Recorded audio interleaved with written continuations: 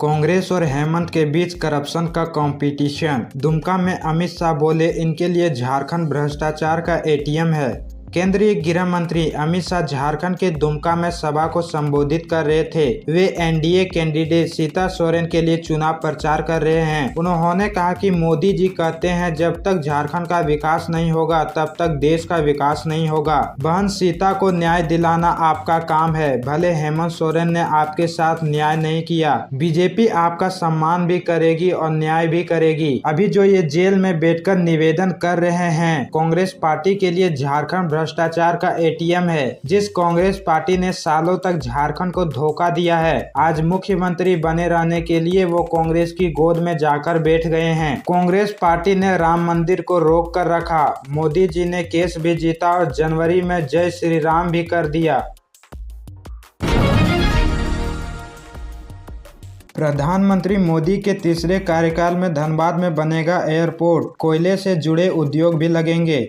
केंद्रीय शिक्षा राज्य मंत्री अन्नपूर्णा देवी ने गुरुवार को पांड्रा मोड़ स्थित भाजपा कार्यालय में प्रेस वार्ता को संबोधित करते हुए कहा कि लोकसभा चुनाव में 5 चरणों के मतदान के रुझान में भाजपा आगे है। झारखंड की 14 लोकसभा सीटों पर एनडीए गठबंधन जीत दर्ज कर रही है। अगले 2 चरणों में भी एनडीए गठबंधन प्रत्याशी का जीत सुनिश्चित है। मंत्री ने कहा कि जल, जंगल व जमीन की बात करने वाली झामुमो सरकार ने जल, जंगल व जमीन को बेचने का काम किया है। सरकार के मंत्री के सचिव के नौकर के घर से करोड़ों रुपये बरामद हो रहे हैं। कांग्रेस के राज्यसभा सांसद के घर रुपयों का अंबार मिल रहा है। समय पर परीक्षा नहीं होने तथा बार बार परीक्षा रद्द होने के कारण विद्यार्थियों का उम्र सीमा समाप्त हो रही है। राज्य सरकार नहीं चाहती है कि देश के युवा आगे बढ़े। राज्य सरकार की उदासीनता एवं जमीन उपलब्ध नहीं करने के कारण धनबाद में एयरपोर्ट नहीं बन पाया। प्रधानमंत्री के तीसरे कार्यकाल में धनबाद में एयरपोर्ट अवश्य बनेगा, साथ ही कोयला आधारित एवं अन्य उद्योग लगेंगे। जमीन घोटाला, हेमंत सोरेन के करीबी आर्किटेक्ट विनोद कुमार सिंह की अग्रिम जमानत पर सुनवाई 6 जून को।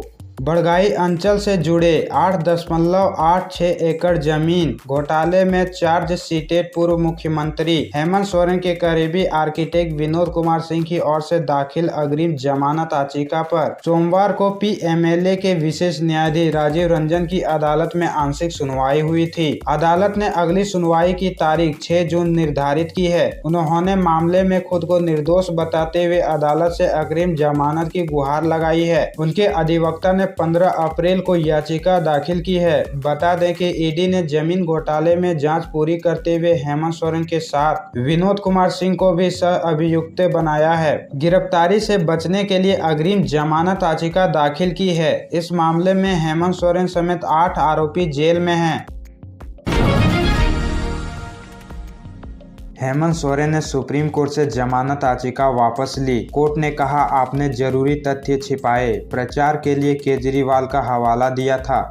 झारखंड के पूर्व मुख्यमंत्री हेमंत सोरेन की जमानत याचिका के मामले में सुप्रीम कोर्ट ने बुधवार 22 मई को सुनवाई की। कोर्ट ने हेमंत सोरेन के वकील कपिल सिब्बल को फटकार लगाई। जस्टिस दीपंकर दत्ता और जस्टिस सतीश चंद्र शर्मा की वेकेशन बेंच ने कहा, ईडी ने मामले को लेकर चार्जशीट दायर कर दी है। इसका संज्ञान ट्रायल कोर्ट ले चुका है, लेकिन आपकी याचिका में यह तथ्य है ही नहीं। आपने तथ्य क्यों छिपाए? कोर्ट ने सिब्बल को वार्निंग दी कि अगर कोर्ट मामले के डिटेल में जाएगा तो इससे सोरेन को नुकसान होगा। हमें उम्मीद थी कि आपका मुकीबिल स्पष्ट बातें बताएगा, लेकिन आपने अहम तथ्य छिपाए। मामले में कई महत्वपूर्ण डेवलपमेंट हो चुके हैं। आपको हाई कोर्ट जाना चाहिए। कोर्ट की फटकार के बाद कपिल सिब्बल ने कहा कि हम याचिका वापस लेते हैं। हालांकि उन्होंने अपने बचाव में कहा, हेमंत सोरेन जेल में है। उन्हें कोर्ट में दायर की जा रही याचिकाओं के बारे में कोई जानकारी नहीं है।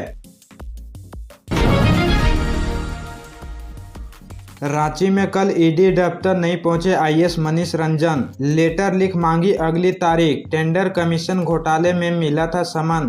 टेंडर कमीशन मामले में आईएएस मनीष रंजन को कल ईडी ने समन भेज पूछताछ के लिए बुलाया था, लेकिन मनीष रंजन ने एक सरकारी कर्मचारी से चिट्ठी भिजवाकर दूसरी तारीख मांगी है। ईडी को जो दस्तावेज मिले हैं उसमें एम का जिक्र है। ईडी को शक है कि तत्कालिक ग्रामीण विकास विभाग के सचिव और वर्तमान में भवन निर्माण के विभाग के सचिव मनीष रंजन हो सकते हैं। मनीष रंजन ग्रामीण विकास विभाग में सचिव के पद पर रहे हैं। टेंडर कमीशन मामले में इनकी क्या भूमिका रही, कमीशन में इनका कितना हिस्सा रहा, क्या डायरी में दर्ज कोड नेम इनका है, ऐसे कई सवालों के जवाब कल ईडी मनीष रंजन से मांगेगी। मनीष रंजन को अपनी और अपने परिवार के सदस्यों की आय और संपत्ति से संबंधित दस्तावेज भी साथ लाने को कहा गया है। रांची संसदीय सीट, भाजपा को शहरी वोटरों और मोदी के जादू पर भरोसा, कांग्रेस ग्रामीण मतदाताओं पर निर्भर। रांची संसदीय क्षेत्र में भाजपा के निवर्तमान सांसद संजय सेठ और कांग्रेस की ओजस्वी सहाय के बीच सीधा मुकाबला है। 1998 के बाद से रांची सीट पर भाजपा और कांग्रेस के बीच सीधी टक्कर हो रही है। झारखंड अलग राज्य बनने के बाद हुए 4 चुनावों में लगातार 2 बार कांग्रेस और लगातार 2 बार भाजपा जीत चुकी है। खास बात यह है कि इस बार कांग्रेस ने सुबोध कांत सहाय को बदलकर उनकी बेटी ओजस्वी सहाय को उम्मीदवार बनाया है। 2019 के चुनाव में संजय सेठ ने सुबोध कांत सहाय को 2.83 लाख वोटों से हराया था। भाजपा की पकड़ शहरी और ग्रामीण दोनों इलाकों में है। मोदी का जादू भी यहां चलता है। वहीं इंडी गठबंधन की ग्रामीण इलाकों में स्थिति ज्यादा मजबूत है। दोनों दलों के प्रचार वाहन गली मोहल्लों में घूम रहे हैं। कार्यकर्ता डोर टू डोर अभियान में जुटे हुए हैं। कांग्रेस का चुनाव अभियान ग्रामीण क्षेत्र से शुरू होने के बाद रांची शहरी क्षेत्र में भी पहुंच गया है। पार्टी को मुस्लिम ईसाई के साथ साथ झामुमो, राजद और माले के मतदाताओं का समर्थन मिलने की आशा है। वहीं भाजपा अपने कोर वोटरों पर भरोसा जताते हुए निश्चित नजर आ रही है। हालांकि भाजपा ने आसान मानी जा रही है। रांची सीट जीतने के लिए पूरी ताकत झोंक दी है। मूल वासियों के वोटों में जयराम की सेंधमारी से रोचक हुई एनडीए व इंडी गठबंधन की जंग। अब तक एनडीए व इंडी गठबंधन की सीधी टक्कर होती रही है, पर इस बार खतियानी नेता जयराम महतो मुकाबले को त्रिकोणीय बनाने की कोशिश कर रहे हैं। वोटों का ज्यादा विभाजन हुआ तो ऊंट किस करवट बैठेगा कहना मुश्किल है। टुंडी के गाँव में नजारा कुछ अलग है तो गिरिडीह शहर में नजारा कुछ और अलग है। गिरिडीह लोकसभा सीट पर इस बार हवा का रुख पिछले चुनाव से थोड़ा जुदा है। कारण है झारखंड भाषा खतियान संघर्ष समिति JBKSS नेता जयराम महतो की। जयराम के चुनावी मैदान में उतरने से गिरिडीह में मुकाबला रोचक हो गया है। एनडीए में समझौते के तहत गिरिडीह सीट आजसू के पास है। आजसू ने निवर्तमान सांसद चंद्र प्रकाश चौधरी को दूसरी बार उतारा है। वहीं इंडी महागठबंधन ने यह सीट झामुमो के पास है। झामुमो ने टुंडी विधायक मथुरा महतो को प्रत्याशी बनाया है। इन दोनों के बीच जयराम लड़ाई को त्रिकोणीय बनाने की कोशिश कर रहे हैं। जयराम की मौजूदगी ने मूलवासियों व पिछड़ी जाति खासकर कुर्मी के वोटों के हिस्सेदार बढ़ा दिए हैं, क्योंकि चंद्र प्रकाश मथुरा व जयराम कुर्मी जाति से है। वोटों के इसी बंटवारे ने एनडीए व इंडिया के चुनावी पथ को अग्निपथ बना दिया है। हाई कोर्ट ने दी चेतावनी, ड्रग्स का कारोबार नहीं रुका तो सख्त आदेश पारित करेंगे। खूंटी में अफीम की खेती व राज्य में अफीम, चरस, गांजा आदि ड्रग्स के कारोबार में लगातार वृद्धि पर स्वतः संज्ञान मामले पर हाई कोर्ट में सुनवाई हुई। कोर्ट ने कहा कि झारखंड में ड्रग्स के कारोबार पर रोकथाम नहीं करने वाले पुलिस अधिकारियों के खिलाफ सख्त आदेश पारित करेंगे। न्यायाधीश सुजीत नारायण प्रसाद की अध्यक्षता वाली खंडपीठ ने आदेश पारित करते हुए कहा कि अगर राज्य में ड्रग्स की खरीद बिक्री पर पुलिस अधिकारी लापरवाह रहेंगे तो उन पर कड़ी कार्रवाई की जाएगी।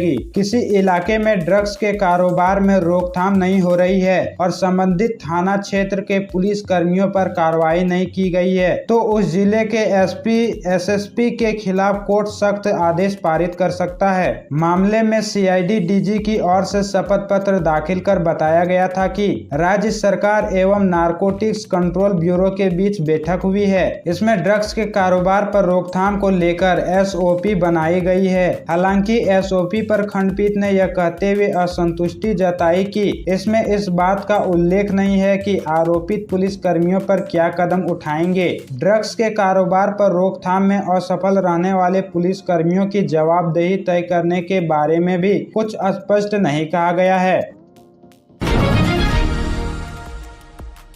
जमशेदपुर में तेज बारिश, बोकारो खलारी में छाए बादल। झारखंड में 29 मई तक बारिश का येलो अलर्ट, तेज हवा भी चलने की संभावना। मौसम विभाग ने कल भी झारखंड के कई जिलों में 29 मई तक बारिश का येलो अलर्ट जारी किया है। इस दौरान हवा की रफ्तार भी तेज रहेगी, बिजली गिरने की भी संभावना जताई गई है। विभाग के मुताबिक प्रदेश के उत्तर पूर्वी, दक्षिणी और निकटवर्ती मध्य भाग में कई जगह गर्जन के साथ बारिश की संभावना है। इस बीच जमशेदपुर में सुबह सुबह तेज बारिश हुई, वहीं बोकारो, देवघर, खलारी और रांची के आसपास के इलाकों में घने बादल छाए हैं। मौसम विभाग के मुताबिक 29 तक मौसम में किसी बदलाव की संभावना नहीं है। इस दौरान तापमान में भी कमी देखने को मिल सकती है। 24 मई से लेकर 29 मई तक राज्य में अधिकतम तापमान 40 डिग्री से नीचे रहने की संभावना है, जबकि न्यूनतम तापमान 23 डिग्री के आसपास हो सकता है।